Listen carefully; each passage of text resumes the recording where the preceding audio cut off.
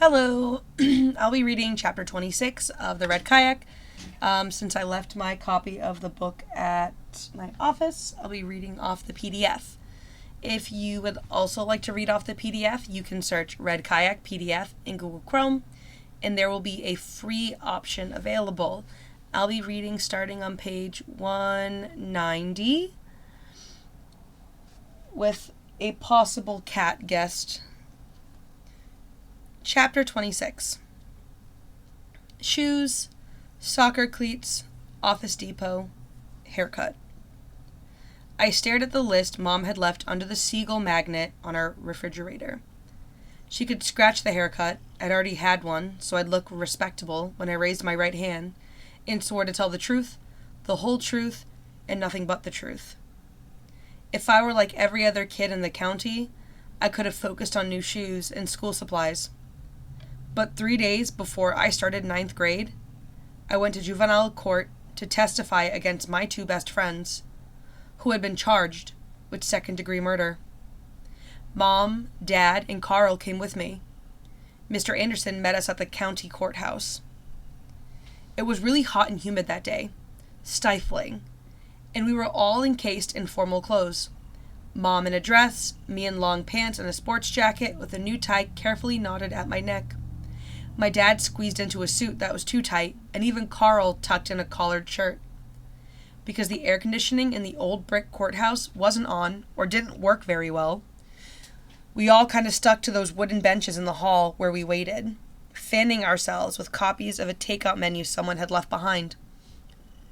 But what I remember most about the wait is not the heat and how I was still mustering the courage to stand up in front of everyone and testify without breaking down. No. Mostly, I remember feeling scared for JT and Digger, scared and worried about what was going to happen to them. We were scheduled to start at 9 a.m. At 10 minutes of 9, someone opened the doors for air, and I could see Digger and JT standing on the front steps with their families. If they saw me, I wouldn't have known. As soon as I spotted them, I kept my eyes averted and spent the rest of the time moving one foot back and forth and staring at a crack in the tile floor. I must have opened and closed my hands and wiped my sweaty palms on my pants 100 times. When the courtroom doors inside were unlocked, we went in right away and sat toward the back. The Griswolds came in after us, and it really struck me how they had spiffed themselves up. Digger wore a nice polo shirt tucked into a pair of clean belted jeans. Even his father had a suit on, and I know for a fact that was a first for me. Their public defender was a young-looking man with thinning red hair. "I know this guy," Mr. Anderson leaned close to tell us. "He'll do a good job defending Michael." JT came in a minute later wearing a sports coat and a tie, but I'd seen him dress up before, like on mornings when he'd been to church and we ran into him at the 7-Eleven afterward. His mother was with him, but not his dad. After JT took a seat in the front row, I stared at his back. He had a fresh, close-trimmed haircut, which made his ears stick out. I wondered what he was thinking and if he was scared. I wondered if someday JT and I would ever be friends again. We rose when Master Williams, "All rise," entered. Then we sat down again and listened as a man addressed everyone in the court. "My name is Charles Fine.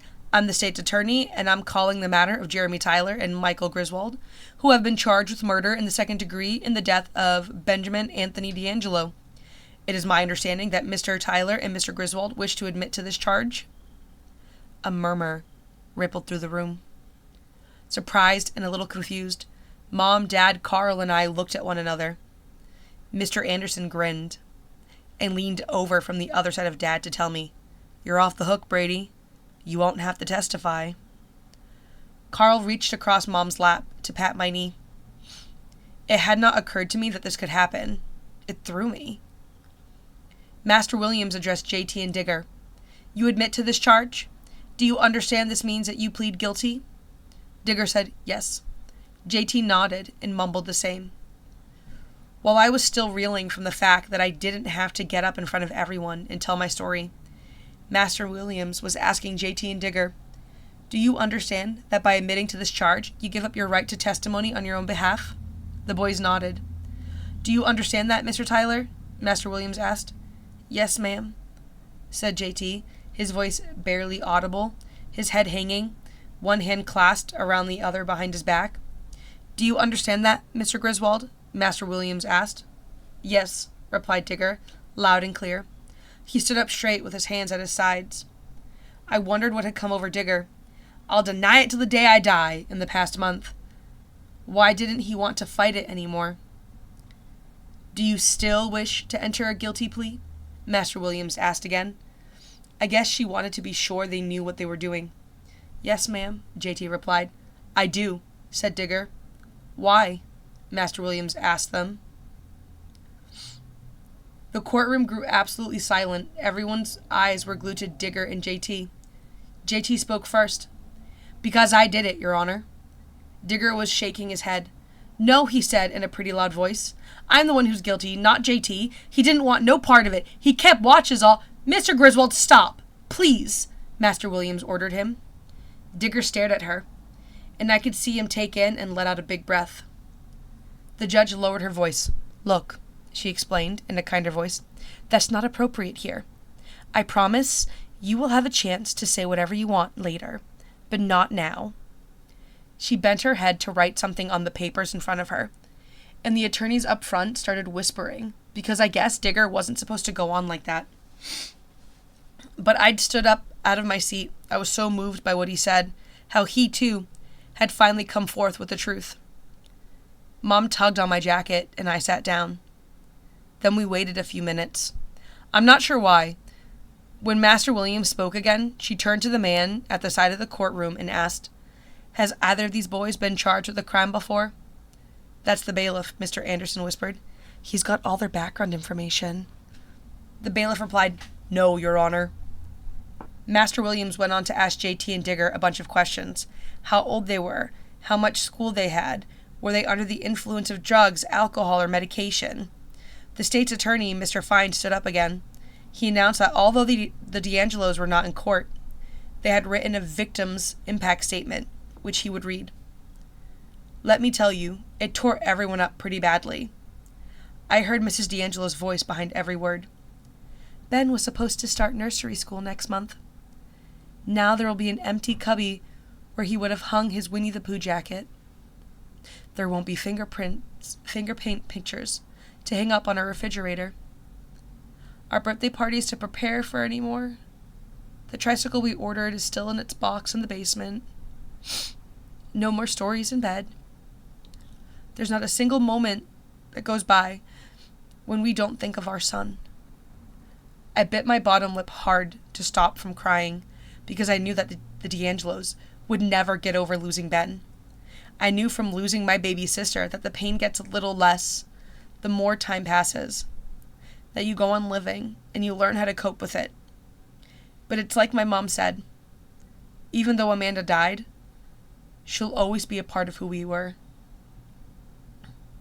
At one point, when I covered my eyes with my hand, Mom suggested I leave the courtroom, but I shook my head no and took the Kleenex she offered. She squeezed my hand because she was having a hard time as I was getting through the D'Angelo statement. I couldn't see JT or Digger's reactions because my head was down the whole time.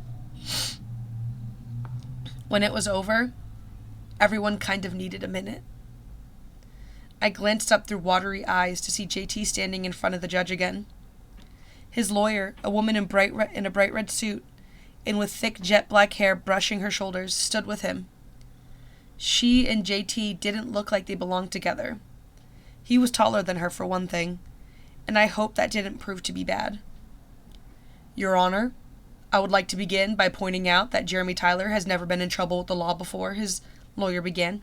As I'm sure you have read the reports, he is a good student, a loving son, and a hard worker. Up until 6th grade, he was homeschooled by his mother. His grades at school have all been A's and B's.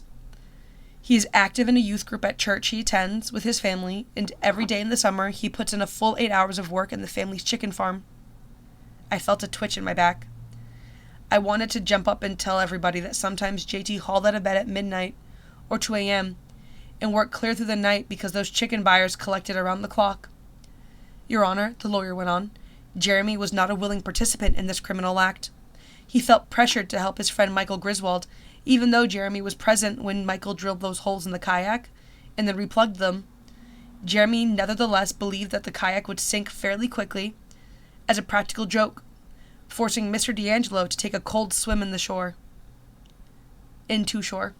He did worry that they might get caught and have to pay to replace the kayak, but it never occurred to Jeremy that Mrs. D'Angelo and her young son might be the ones to take the boat out first, or that any actual harm would come to anyone. Of course he didn't want to harm anyone. JT had a good heart, the best. Your Honor, due to the fact that his father is seriously ill and in the hospital, Jeremy is needed at home. And may I remind the court that Jeremy is only 13 years old. We ask you to please understand that he is still in many ways a child, easily swayed by peer pressure. It's true, JT was just a kid, like me. He didn't mean to hurt anyone. I wiped a tear away from the corner of my eye. All right then, Master Williams said. She tilted her head towards Digger. Mr. Griswold?